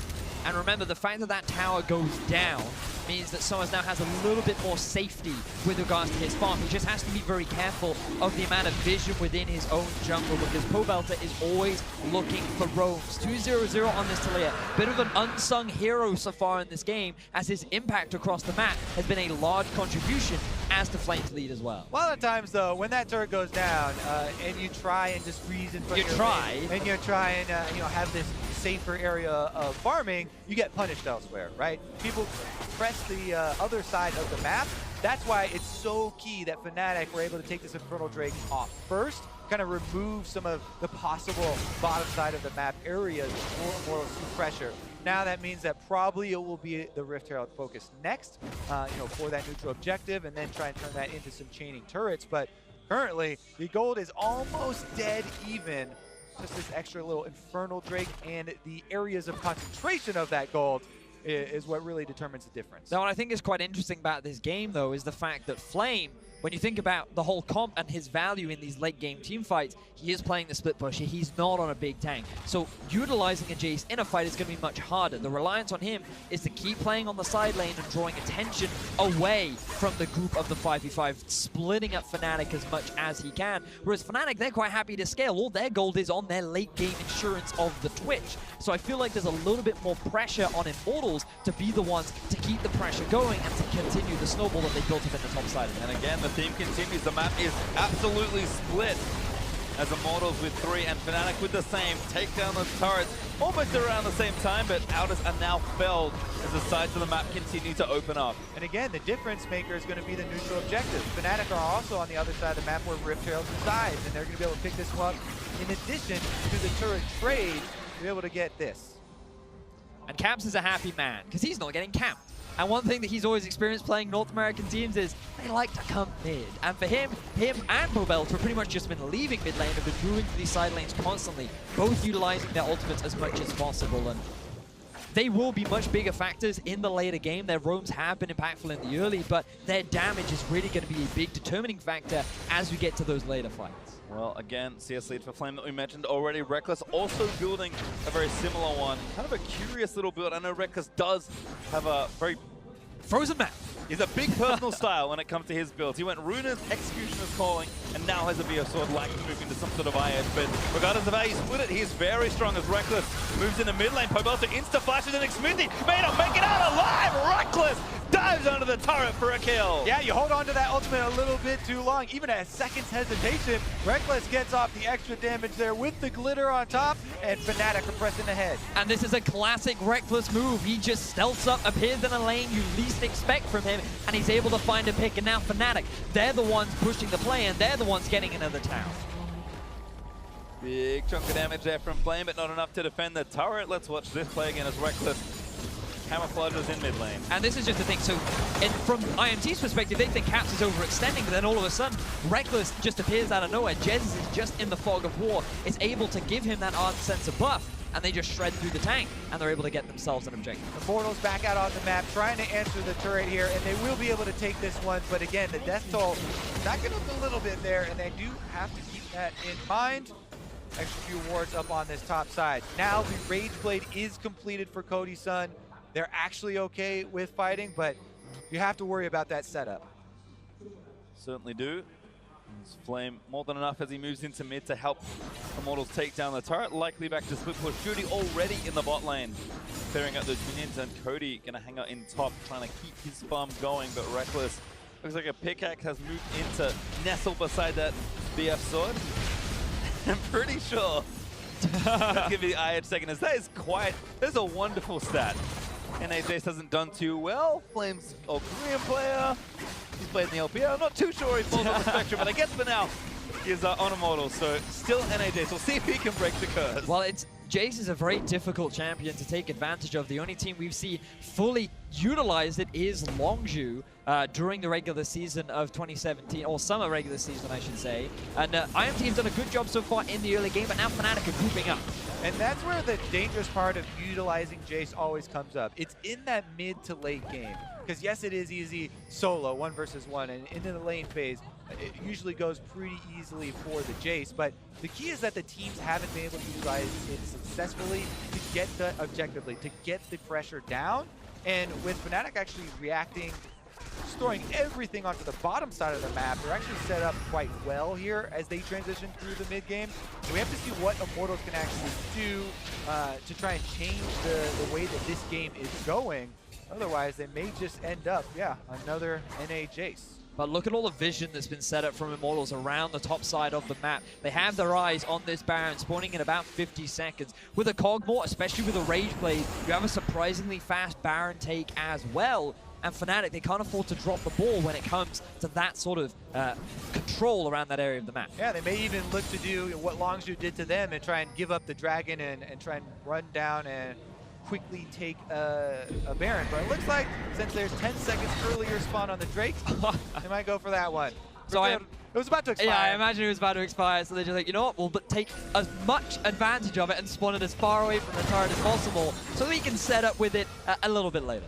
Well, it looks like IMT want that Drake first. Baron going to spawn about 10 seconds behind it. As the Reptile is tied up with a couple minions for now. They'll lead it forward, try and get some pressure built up as Immortals do look to equalize the Drakes. Ocean and Inferno are not quite created equal, but an easy finish there for IMT. Happy to get a Drake for themselves regardless. FNATIC, they're grouping up mid. Oh, apparently it doesn't work. I guess he didn't know that. Yeah, Epic Monster. Yeah, Epic Monster, correct. Yeah.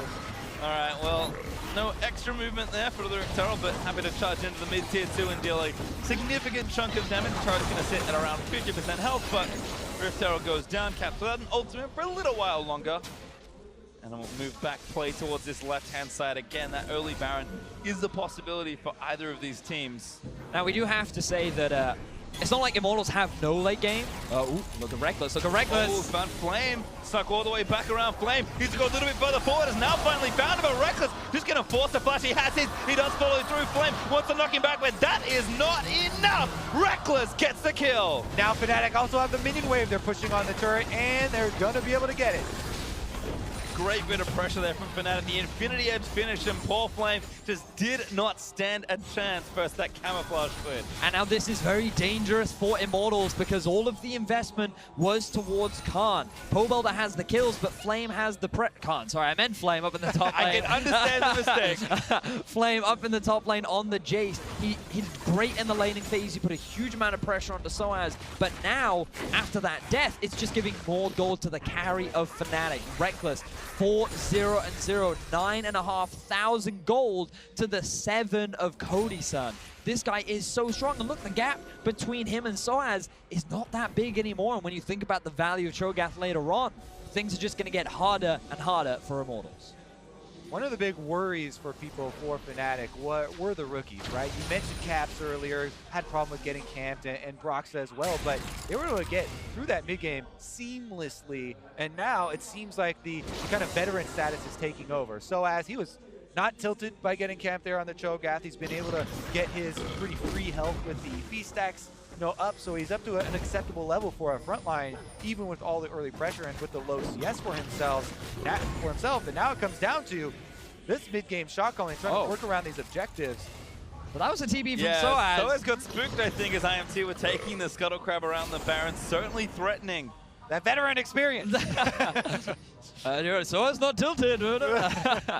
But that's going to hurt them, especially depending on whether or not IMT saw that the TP was used. You would imagine that they did spot it out, but it looks like they didn't want to continue the pressure around the Baron. They're going to be happy with the vision that they've been able to get themselves. And FNATIC, they're just now moving in through the river and trying to get a bit of vision themselves. But IMT, they're like, you have a Cho'Gath, you have a Fed Twitch, you also are playing Ryze, and we know the creative things you can do with that champion around the Baron, so that they're just happy with knowing what's going on for the time being and trying to scale up Cody-san, who's still yet to hit his second item. Meanwhile, Reckless is leading the charge with Infinity Edge Runins and almost another one completed. Had the early Executioners calling for a bit of utility, and now with that Zeal building in towards that big item as Flame has been flanked again. I think he knows Caps is there, but Broxa is also roaming down. Yeah, Flame is surrounded. Broxa comes up the river. Caps is looking for the initiation. Broxa, though, being him means Flame just has to book it and try and survive. He's going to dodge the Q, and Immortals can pressure onto the Baron. They're straight onto the objective. Soaz can pressure with the feast, though, so this is a little dicey. Yeah, remember, Reckless is super fed right now, so you have to watch out for the Twitch. That's going to be the focus for Immortals as they burn this down. Cho'Gath goes in, he wants to feast it. Ole, very nice, but Soaz going to stay around and try and get it. He does have the feast. He should be able to grab it. A rupture. Does find Xmithy, who's got it. Oh my god, Xmithy gets the Baron. Soaz goes down to Cody, and Immortals take the objective. Everything goes in favor of Immortals. Fantastic play from them. Caps is forced to flash, and Immortals find exactly what they need. You have to look at cross map there. As Flame, we left his story earlier on. He was cornered with a FNATIC turret, but he fights his way out. He gets a kill at the same time that Smithy is able to secure the Baron, and Immortals just in one fell swoop win both sides of the map. Right back into this game with the Baron buff ready to pressure. One bad decision from FNATIC that Immortals are so swift to punish. Reckless is strong, but now you have a Baron buffed up Immortals, and this is where you can truly use the split pushing power that Flame has built for himself. Off on a side lane, there are no TPs left, and Immortals are in a fantastic position coming into this game. Turns out, when you want to win as a split pusher, it is great to win both sides of the map. Flame with some incredible play, and Xmithy somehow beat a Cho'Gath Feast to make sure his team secured the Baron. Now, with the gold lead back to even, Immortals going to have 2 minutes and 20 seconds of pressure as they look to take down some turrets. Now, the big thing Immortals have to respect is Reckless once again. They're grouping up in the mid lane now, but that guy is surprisingly sneaky. He appears where you least expect it, and you want to try and split push with Flame, believe it or not, Reckless could be the guy that shows up to try and match you. As Immortals, they're looking to siege onto this tower. Reckless with a flank, you can see, Cody Son got briefly rooted there by Rise. So as also flanking there was Broxah, but maybe going to cut one off. Broxah doesn't quite tag Xmithy, and so is Blast going to save 2. And you have to keep in mind that Immortals are running the jungle tank only. They have to worry, just utilize their disengage. Cast back in, Pobelta cleanses out of the way, and so as just barely did not get knocked back by the Gragas ulti, but still Baron is there. The poke is good from Flame, who groups with his team instead, and they do take the turret. Redemption also going to reset. Immortals going to keep pushing. Immortals feeling very confident. They still have the Baron for a whole minute. Soaz is losing its health gradually as Immortals continue to poke. They're just grouping up as a 5-man. They do not want to split up again because of the risk of Reckless just appearing out of nowhere, finding that pick. They feel stronger right now, and they're taking advantage of it. Looks like the retreat back to the Ocean Drake is going to be the call here for Immortals. Not willing to press it on that inhibitor turret with this Baron buff. Only a quarter left on it, going to time out soon, so they'll probably use the Empower recalls to get back to base and reset. Large chunk of extra gold used for them. Let's take another look, though. Here goes the Flame fighting his way out. So let's see how early Caps leaves this, maybe. He goes behind the turret. Broxah does take this one, but here comes the burst damage, probably. So I kills off the minions. Yeah. Oh, and he's going to get shock blasted mid-jump. What happened there, Broxah kicked him into the turret range, but the minions got there just in time, so the turret did not shoot Flame, and it wasn't enough damage to finish him off. That's how he fought his way out, and then Caps was trying to go over to the Baron play. Here's the Baron play that we were just seeing. Great smite from Xmithy as well. Trying to outsmite the Cho'Gath is extremely difficult, but they timed their burst effectively, they found the objective, and they got themselves a couple kills to boot. He's going to red Soaz's mind there. He did feast for that Baron, but Xmithy just knew exactly when to press the button. As Immortals still applying pressure, Baron buff may have worn off, but this turret is going to be there as they claim their 5th of this game and slowly push themselves up to almost 1,000 gold. And wouldn't you have it, the next Drake will be an Infernal, with Baron, of course, respawning in a few minutes as well. So action is increasing as this game moves on. You know, we talked a lot about how Soaz on the Cho'Gath is going to have a lot of later game value and how Flame, it gets harder for him to utilize this Jace, but you've also got to say the same for Broxah on this Lee Sin. Level 11 now. His early game was fantastic, but that's pretty much all he's done so far in this game. He's 0, 1, and 2. He's down 2 levels to Xmithy, and he's not going to have the same sort of tank value that the Gragas will have later on. Even going for a very early Black Cleaver, this guy is just looking to try and find the picks, find the outplays, but I don't know if that's exactly what FNATIC need when they're putting all their eggs on the Reckless basket. That's a good story. I am still thinking about the Flame outplay and how he got those minion, the minion up there for the turret to actually get aggro on it. Clearing out the enemy minion wave was the biggest part. I almost want to see the replay again. Regardless, though, let's get back to the present here. I need you guys to jump me back because you're very right here. You know, Broxah here with the Black Cleaver trying to have a similar effect with Lee Sin. It's going to be difficult. Even though we mentioned that Immortals are just running basically the jungle tank at the front line, they have the Janna for the disengage, Progress for the disengage as well, plus all these shields and heals that are coming through mean that they don't really need that extra front person, and they're making it work with the damage instead. Now talk about well, right? Because Flame did pick up a GA, and now he's looking at 1v1 Soaz. Oh, never mind, his friends have arrived as well. Pobelta with a wonderful wall cuts him off, and Flame will get a kill. Fantastic collapse from Immortals. Flame was already in the... Oh no, he TP'd behind. on the ward, and FNATIC then not in a position to punish Immortals. They're all recalling now to try and answer the pushing in minion waves, but here's Reckless up in the top. Yeah, Reckless doesn't want to let him get away with that one scot-free. Burns down this turret with the extra attack speed. Immortals are back out, but they might get baited in here. It looks like Caps is planning a surprise. Oh, flashes over, looks for the Jonah. He's going to maybe get away. Damage is not enough. No, doesn't save him. Reckless, unstoppable with the poison as Broxah takes down Cody. FNATIC pick up the duo lane. Reckless here looking for another opening, but they're well aware he just went invisible, and Immortals going to have to stall it out after that one. That was 2 kills going over to FNATIC, and with Baron only 47 seconds away, FNATIC, actually, they're still pressuring. Rise ultimate does come down. FNATIC basically saying, you know what works for us so far? Punishing the bottom lane. Let's just keep doing it. Who cares if they're top? We want to keep getting kills, and now we want to break into the base. That Rise ultimate really crucial in getting the minions up there quick enough because there's only 13 seconds left on the death timers. They're trying to burn down the turret first. It's going to go down very quickly. Reckless does have enough. Able to take down the turret. FNATIC open up an inhibitor there in top lane, and Baron now 20 seconds away. Broxah is low, so something could break here. FNATIC may try to rush this Baron, but I think they need to set up their vision and go back with Immortals. That gives them pressure now around the objective if they want it. FNATIC are able to take down the Scuttle Crab though, so they have vision around this part of the map. IMT, they still have a relatively fast Baron, especially with Cody Sun on this cog more. Immortals, they look like they're going to start this one off. Let's see if FNATIC can answer. Round 2, Soaz versus Smithy, although Broxah's here to maybe make that an uneven fight, and Immortals quickly pull off the Baron. Yeah, it looked like they were trying to draw out a cheeky teleport or something cool down there from FNATIC. Immediately back off, even though they got it one time with a Cho'Gath in the pit. You don't want to play that game a whole bunch of times because the odds aren't in your favor. Meanwhile, we get another look at here. Caps and Broxah flanking around a duo, catching both of them, and they were able to get the double last hits here. Then again, even though Cody Sun used his Kog'Maw passive there to kill off most of that minion wave, Caps goes back, he Rise ults in the second wave that was coming down, so as then teleports on it, and they were able to rush down and expose that inhibitor pretty quickly. Now we've got another close game, gentlemen. The start of the day was exciting with Flash Wolves versus TSM. We had a bit of a one-sided game with Team WE versus Misfits, but now it's EU versus NA. Very close once again. Both these teams arguably fighting for that second place in the group.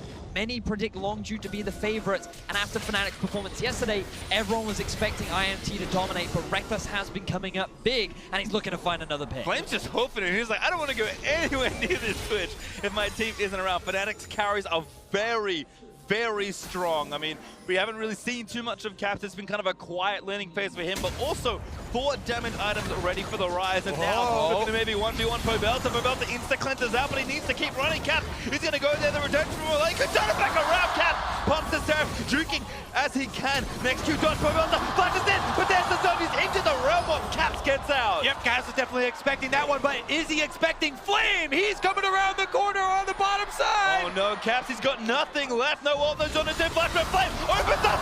1v2, flashes in. Monsoon not enough. Cody now there with the ult. It's great. Broxah puts through so many rocks. And that is not going to be enough to get the kill there. But Caps does go down. Reckless again, looking for the flank onto Pobelta, takes him down. FNATIC just playing so aggressive in these fights. Pastry, take a second to breathe. Let us cover Reckless. He's continuing to look for more picks. Soaz comes in, knock-up land. Cody's star gets ruptured. Then bad news bears. Soaz able to get himself a kill. Reckless not done. Under the turret, tanking its damage. Almost kills another. Beautiful 1v1 between Caps and Pobelta. Such clutch movements that allowed both of them to escape. And then Flame, he moved away to try and get that kill into Caps. But he was the bait all along. Reckless in the middle lane was the guy looking for the pick. And FNATIC found a successful fight. Flame ended up getting the kill onto Caps, but FNATIC ended up getting the kills onto all the rest of Immortals and then taking the Infernal Drake.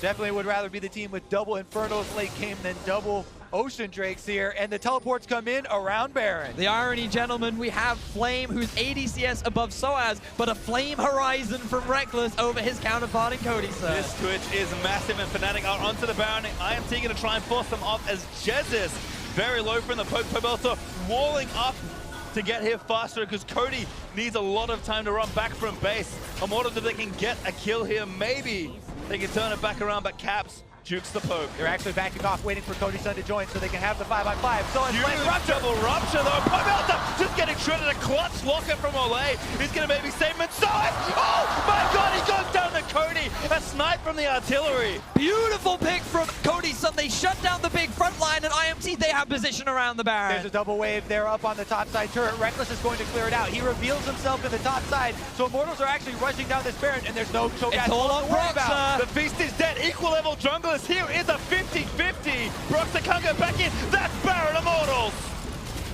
Beautiful setup from Immortals. Cody Sun doing the damage that his team needed to shut down the front line. The map was in favor of Immortals, and they get themselves another Baron, another back and forth over and over again. Both these teams want to get their first win of Group B. What a game we've got on our hands here.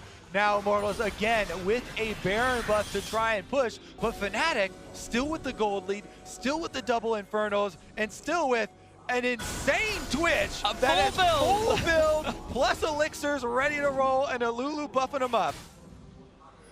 Certainly very scary. Again, we're going to probably learn the reason why FNATIC put so much effort into making sure Reckless can thrive. But until we get there, let's watch this one again. This was such a close pick. So initially, this looks fantastic for FNATIC because they silence Pobelta. He gets obliterated by Reckless, but then the knockup from the Janna to just zone away the rest of FNATIC, isolated Soaz, and allowed them to get the shutdown on the Big Tank. And Smithy with the Gragas ultimate game up huge. Now Baroned up double minion wave here. Cutting off the ultimate, goes down. Oh my god, Soaz actually not back into the team. The Wild Growth and the Redemption. He's going to keep him alive. He also popped the Stone Plate just in case. The Stone Plate does save him, and Reckless opens up to provide cover fire for Soaz to escape there. Veterans working together, they do save his life, and here comes round number 2. Soaz back to base with his full health once again. Cody Sun is still trying to take this turret down, but Reckless, he wants to flank through the base gate. Turret though does fall, and now we have 2 different units to expose, but Immortals with the Baron buff are still applying pressure. IMT, they have the position on the inhibitor. They're the first ones to set their eyes on the first inhibitor of the game. The gold is dead even. FNATIC, they're feeling it right now. Yeah, in fights like this, range is king, and Twitch has to rely on the ultimate for extra range, but the Kog'Maw gets the renew with the W, so Immortals have the pressure since their AD carry is safer, and FNATIC just decided to send Reckless off. He said, without the ultimate, you're not going to be able to get close enough to do damage in this fight. We'll just sacrifice it, and you can go get some more farm and a red buff. Although I don't know why they're giving him more farm. He's just going to buy more elixirs, I guess. Jesus joins in and said maybe you're going to try and share some of these. I don't think Reckless is super fond of that plan, as Caps does get pushed back down the mid lane. Immortals get what they came for, though, in the bot lane, taking the first inhibitor of this game. FNATIC still have the gold lead, but it's not by much. In this game, starting to push later and later. TSM Flash Wolves was a 54-minute affair. This could go longer. This is what the fans wanted, Pastry. EU versus NA, the 40-minute back and forth. It's gone. We've seen upsides for FNATIC. We've seen upside from Immortals. Great Baron control from the side of the North Americans. Whereas FNATIC, the Europeans constantly finding these picks. And right now, it is IMT that are in control. They're the ones that have the Baron. It is about to wear off. The inhibitor in the bottom lane has started stacking up minions, but their eyes is on the second inhibitor in the middle lane. Caps on the side there was looking for an angle with the Rise ultimate, trying to flank again, and Broxah himself wants to kick in Cody Sun. Look at him, look at Cody. Cody's so far forward, he's actually on the Caps. That might be enough to rupture. He's going to leave it Xfinity. Already killed Zon. Beautiful monster by Olay, but Cody still forced the fire flash down to Xfinity into the Redemption. He's barely going to live. Olay playing like a madman right now, keeping everybody alive. Soaz is down, and IMT, their eyes, they want to take another tower. Pobelta's going to cut them off, and Immortals go in. Great wall there from Pobelta. Another inhibitor is set to fall here for Immortals. Baron buff barely wears off, and they turn the trick twice. 25 seconds left on Soaz. Immortals have the power play. 5 versus 4. They're going for it here. Broxah gonna take a bit of poke there from Flame. Remember, they shred turrets so quickly. Flame, bit of free time, and there's Nexus turret number 1. There's no ultimate on top of Reckless, so FNATIC don't feel comfortable engaging in IMT. They walk away with another inhibitor. The Nexus is even more exposed, and IMT have so much control over this game. 28 seconds on this Elder Dragon spawn. Immortals are staying in this brush, but Death Brush versus FNATIC doesn't often work out. There's a lot of minions that are going to see him in mid lane too, so they're going to rush in! Oh, they're actually going to go for it here. IMT going to push back up. Soaz does have TP, Caps does as well. Maybe realize that the fake is worth the space just to go back down to the Elder. A double block perhaps for Immortals. All right, there is a teleport on Soaz, who's currently top lane. They're probably going to use it to get down to this Elder Dragon. Bottom lane minions, though, for Immortals might do the work. Even though Immortals didn't continue that push, that feint was all about getting the minion wave to pressure, because a single inhibitor turret can't get taken down by just minions. But look at Reckless now. He's pushing up the middle lane, and that gives the idea for Immortals to just rush this down. It's just so dangerous. Immortals have so much unspent gold they need to take down the objective of Proxer. Is here ready for the smite. So it's tied up right now, but another 50-50 could be here. It reset. That gives a little bit more time for FNATIC as the poke comes out from Flame. Oh man, that gives more time. And here we go. It is going to come down to the smite fight. No Cho'Gath here. Who's got it? Proxer steals it away! Almost died to the onslaught, but Cap flashes in another monsoon as Soaz TP's down for the fight. Immortals need to book it back to base. Do get out of the way, FNATIC. They just take the steal and leave. FNATIC finally get some kind of consolation prize. They're able to get themselves the Elder Dragon on top of 2 Infernal Drakes as well.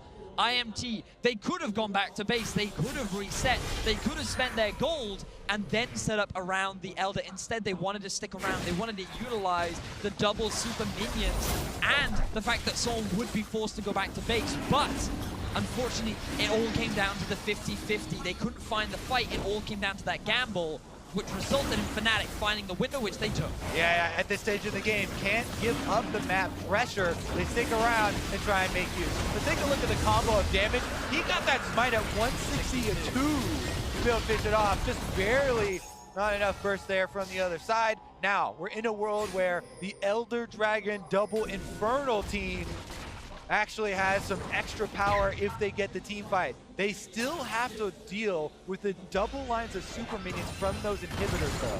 Fortunately for FNATIC, they do have the double TP, with Cap still having his teleport available. But a bigger thing for Immortals right now is that even though Cody-san was at a massive deficit early on, he's now a 4-item Cogmore 40 minutes into the game. This is not a weak AD carry. This guy is someone that you really have to be afraid of. Baron coming up. Let's get some more action, boys. Control wards go down. Cap's TP's in early. This should just be a fight. Flame actually buying time as he looks to take down the turrets, but he's going to walk back very quickly. This is tense, boys. So tense. You have to be very careful with that split because even a teleport channel, the duration of that channel would be too much. The team fight too explosive, so Flame actually has to come and join the team here. Pobelter is coming from base. He's pushing up the super minion line up mid lane, but FNATIC actually want to start this one off quicker. Good wolf. Pobelter going to make him into the pit. Brock's actually isolated. Gets out with a Warthog. It's a lot of damage down onto the jungler of FNATIC. There is mid lane also pushing in Immortals' favor, and Immortals, they're just trying to buy time, they're just trying to make things as awkward as possible. Wait for FNATIC to make that misstep so that they can just capitalize and go for that Snowball Baron. Inhibitor still down for FNATIC, but they've got about a third of that duration left before it respawns, so FNATIC just need to buy a few precious minutes here. Elder Dragon going to expire now for FNATIC, though the extra true damage won't be there. And I think Immortals actually starting to fish around these lanes and try and catch someone like Reckless or Caps who've very proactively been looking for flanks. If FNATIC go out of line for just a second and Immortals find them, losing either of these carries, but especially Reckless, might just mean the game. So FNATIC, they want to play aggressive and pick good fights, but they cannot do it if they can't see particularly Xmithie. You mentioned 10 before, this game is just balanced very precariously. Vision is so important. You called it perfectly, Pastry. Reckless on the edge of danger all the time, but look at the ultimate. Here it is, the right play for the Baron. They're going for it. The macro is great as Cap gets him in, and that's Baron and FNATIC. You cannot stop that beautiful play from FNATIC. Now they have the Baron empowered recalls as well. There can't be any answer here from Immortals. Perfect defense now for FNATIC. They get to go back to base, they get to reset, and now pushing power of Baron. Take about FNATIC. That was immaculate immaculate timing. They're in Hibs respawn, they grab the Baron, and now again, they've got the pressure. We talked about it earlier on in the game, how there was that possibility to utilize the Ryze ulti to swiftly catch a target off guard, and FNATIC finally used that window of opportunity. Immortals were not expecting that, and now they're the ones that can lay siege to the base of Immortals. Exposed inhibitor in the top lane. Level 18 across the board for FNATIC. And things are going to be looking scary for Immortals. But again, they still have the Cogmore. Pobel is dishing out some serious damage this late game. And Smithy, he has made huge plays that have won his team games in the past. And my eyes will be on him to see if he can do it once again. Immortals know that they don't have to extend out into that dangerous territory. They are very well aware of this Twitch, and Rekkles has been fishing around looking for opponents to jump on. But now they've got a triple, maybe quadruple stacked minion wave here coming down with Baron empowered resistances. Gonna try and clear it out. Immortals doing a nice job there, kind of flanking the way from all sides. More than enough damage deals to get it down, but cannot afford to go switches to get caught. And Rekkles, huge flank on the left. Rupture might be the opening, they don't take it. Ooh, Cap takes a lot of damage, but Cody got chunked as well. Rekkles still with the ulti though, that is crucial. Pobelta almost clipped him, but Caps does take the last hit on that inhib. Now it's Immortals that have to play with supers in a lane. Yeah, Immortals were willing to sacrifice one inhibitor going down though, because they still have the standing turrets at the other one. So they know there's not going to be a huge opening. FNATIC very happy to get that one line though, and Rekkles still looking around for any stragglers. He's after those picks, a very classic Rekkles move. You can just see the big minion wave in the bottom lane as well. DP is up for Soaz. Caps, his DP is about to return. Immortals and FNATIC have fought back and forth throughout this game. It has been so hard fought, and this game isn't even over yet for Immortals. Just like with TSM versus Flash Wolves, that one fight could determine everything. There's very little left of the base of FNATIC. Immortals only need to find a crucial pick onto someone like Rekkles, and the game suddenly swings back to theirs, and they can suddenly get the win. Rekkles, by the way, is working on the not often seen double flame horizon, creeping up on 575. We call that the Rekkles. Ah, I see. Well, Cody again still full build, so not going to feel too disappointed. I mean, everyone at this point is stocked up as far as builds go. Execution is going to be the thing to look for here, and this game could end in an instant. Well, I don't think Immortals should let that instance be at a secondary turret. You know, inhibitor ones are a lot easier to defend, but they are posing a very good, clearing defense here at the secondary turret. Meanwhile, top lane, the minions are building up, and those are going to take a toll on the inhibitor, or on the Nexus turret, if they don't send someone back to deal with it. Yeah, patience is something we've talked a lot about this game, and so as he gets a little impatient there, trying to check the brush, will take a chunk of damage, but that's all it is for FNATIC. They just need to bide their time. Eventually, they're going to take this tower. All IMT are doing are just trying to delay the Baron as long as humanly possible. I'm just so impressed with how bold Rekkles is with his champion. He's standing in a watered brush. Obviously, they can't see him with his Q up, but Soa's going to get moved back into the team. He got actually massively chunked up. Great flash from Soa, saves his life. The cast would have knocked him back into Immortals. What a force there from Immortals. 4 versus 5. They're able to get most of Soa's health and his flash down, plus the activation of the stone plate. Soaz, he needs to be stacking way more magic resistance. Cody said, the thing is, the more HP you have, the more damage that Cogmore is going to do, but it is magic damage. You can still itemize against it. And while the Warmugs will help Soaz get back into the fray, that's going to be a big summoner spell now unavailable to the top laner of FNATIC. Think about how impactful that Cho'Gath ultimate can be this late into the game. That was actually an incredibly impressive, hold there. Yeah, for sure. Very often we see teams in that situation just sacrifice the half-health secondary turret because gold isn't really that big of an issue at this point anymore. But surprising couple of combos there on Soaz are able to buy them that time. And we're approaching the 50-minute mark here, fellas.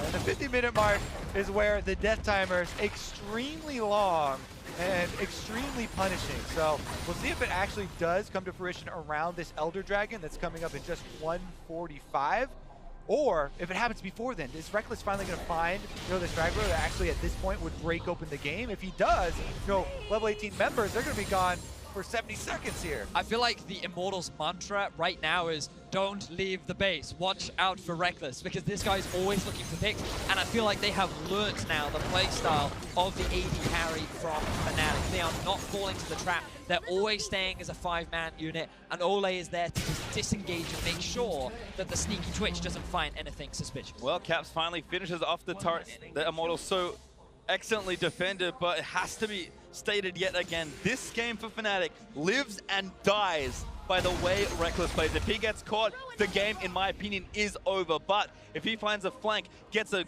perfect angle on the ultimate, he will casually wipe a few members, if not all of them, off Summoner's Rift. So he may be playing up and bold and to his style, but he needs to be careful, because if he dies, I think the game's over. All right, well, we are going to get the decision point very quickly here. Only 36 seconds on this Elder Dragon, and Immortals are not making any moves to get vision over there, to move out into that territory. So it might just be a huddle up and defensive here, maybe with 45 seconds on Baron. Oh, play both the storm, there's the ultimate, the instant flash, Reckless flashes in there! Oh no! He does get knocked up! Cody's done! I'm gonna take him down and Cap. He gets out of the way, but the rest of FNATIC, they're in trouble! That's the Cody's son! This late in the game, those are the plays that make the definitive statement. And now it's going to be Immortals with a huge power play. Reckless, he tries to go for the play, he goes for the flash, and that ends in his death. This is disaster for FNATIC, and they're now trying to get something back. Only one option left. Do something that FNATIC have done as an organization so many times. Xpiti, he's going back. The rest of IMT, they're going to get the race going. Pobelta moves forward. Remember, only one Nexus turret left. Flame went back as well. I don't think they can do this. Xpiti interrupts it and him They're going to lose. They're going to lose. FNATIC, they can't commit to this. IMT, they're going to win the game. The turrets are exposed. This could be bad news. The turrets are going to fall. IMT force FNATIC out, and they win another slobber knocker. Reckless flashes forward to get the execution, but Sonya's available for Pobelter, and Cody's son answers, defending his mid laner. That one play at the very end, Reckless has to, he can feel the weight on him now. He knew he made a mistake. IMT was so quick to react. They always stayed as that 5-man. They were so ready to turn that around, and they just went straight for the game end. There's so many things you have to account for in these late game team fights, and item activates are some of the ones that go through the cracks. People always will forget about those. Well, I hate to say I told you so, but unfortunately that game, FNATIC die by Reckless. A very small mistake, but a game costing one, and Reckless, head in hands, he breathes a big sigh out. That was a tough loss for FNATIC. And it also means a lot for the group. Remember that FNATIC are already 0-2. They dropped a game to the Gigabyte Marines. Going at this kind of a score this early on, it's definitely going to hurt them, and now they're going to have all these wins mean even more, and their next opponent is Longzhu. Like, this is not the sort of opposition you're expected to be able to beat. And with such a clutch game that could have gone either way, FNATIC will definitely start to feel the pressure. Had a lot of really highlight plays from Flame as well on Immortals.